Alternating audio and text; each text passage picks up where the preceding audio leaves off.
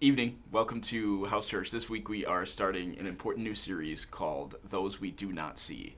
And for 3 weeks, we're going to talk about the difficult issues of, firstly, abortion, secondly, infertility and reproductive technology, and thirdly, adoption.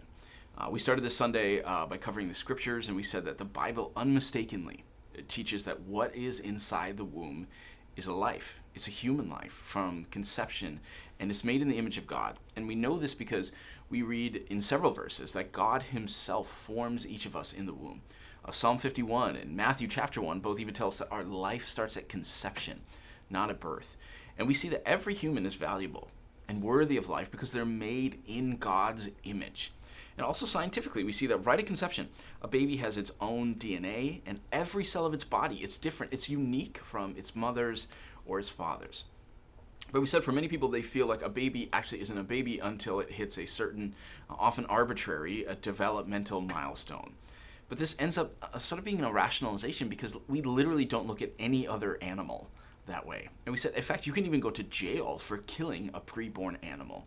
We also said on Sunday that the quintessential question in this debate is this. It's what is inside the womb? That is the question, right? And honestly, if you think about it, the way that many people in America answer that question is actually by parental motive.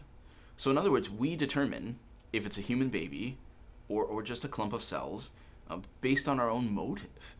So if someone's been hoping to have a baby for 2 years and they find out they're 6 weeks pregnant, what do they say? They say, it's a baby, right?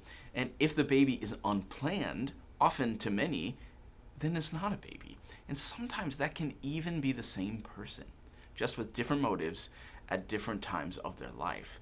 You know, in America, if a woman is pregnant with a child, and let's say she's planning to raise and cherish that child, and she's assaulted, and that child dies in the womb, the one who assaulted her in America can be charged with homicide. And yet, if that same mother, earlier in the day, for whatever reason, decided she didn't want that child anymore, and she went to an abortion clinic, and she ended the child's life, she would be free to do so. Okay, what changed? Just motive, intent. We, as the powerful, get to decide if those we do not see are worth living. But listen, this is an ethic that we find completely unacceptable in modern culture. And as we look back at history, right? In fact, we actually revile at the groups who decided that men were more worthy than women, and whites were more worthy than blacks, that ethnic Germans were more worthy than Jews, and if the powerful group felt that the other group was not needed or an inconvenience, they could dispense of them. You know, that kind of thinking, it just shakes us to our core, right?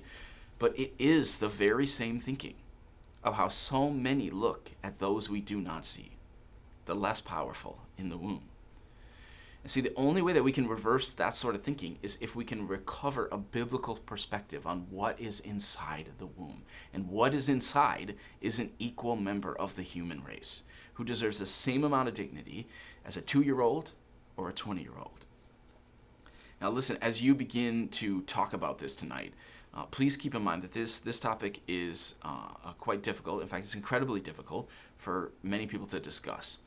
For some in this room, this is very personal. It's not just a philosophical discussion. It's personal. So be a people of grace. You know, which of us can cast the first stone, right? We're all mighty sinners in front of our God. And so balance that teeter-totter of grace and truth tonight. If you're the type of person you tend to lean a little bit more on the truth side normally, don't forget about grace and vice versa.